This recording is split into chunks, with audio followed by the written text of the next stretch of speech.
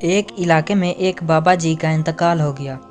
جنازہ تیار ہوا اور جب اٹھا کر قبرستان جانے لگے تو ایک آدمی آگے آیا اور چارپائی کا ایک پاؤں پکڑ کر بولا، مرنے والے نے میرے 15 لاکھ روپے دینے ہیں، پہلے مجھے پیسے دے دو پھر اس کو دفن کرنے دوں گا۔ آپ تمام لوگوں کھڑے تماشا دیکھ رہے تھے۔ مرنے والے نے ہمیں کوئی تو ایسی بات نہیں بتائی کہ وہ مقروض ہے، اس لیے ہم پیسے نہیں دے سکتے۔ مرنے والے کے بھائیوں نے کہا، جب بیٹے ذمہ دار نہیں تو ہم کیوں دیں؟ اب سارے کھڑے ہیں اور اس نے چارپائی پکڑی ہوئی ہے۔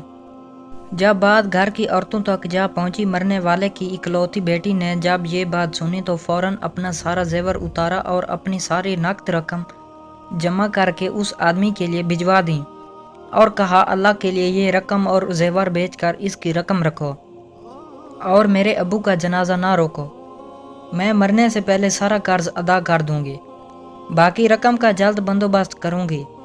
اب وہ شخص کھڑا ہوا اور سارے مجمع کو مخاطب کر کے بولا، اصل بات یہ ہے کہ میں نے مرنے والے سے 15 لاکھ لینے نہیں بلکہ اس کے 15 لاکھ دینے ہیں، اور اس کے کسی وارث کو میں جانتا نہ تھا، تو میں نے یہ کھیل کھیلا۔ اب مجھے پتہ چل چکا ہے اس کی وارث ایک بیٹی ہے اور اس کا کوئی بیٹا اور کوئی بھائی نہیں۔ اب بھائی منہ اٹھا کر اسے دیکھ رہے تھے اور بیٹے بھی۔ محترم دوستو، جن کی بیٹیاں ہیں بہت خوش نصیب ہیں، لہٰذا بیٹی کی پیدائش پر خوش ہونا چاہیے۔ بیٹیوں کی شریعت میں بہت فضیلت بیان کی گئی ہے۔ دوستو، امید کرتے ہیں آج کی آپ کو کہانی بہت پسند آئی ہوگی۔ اگر کہانی پسند آئی ہے تو اس کو لائک کر دیں۔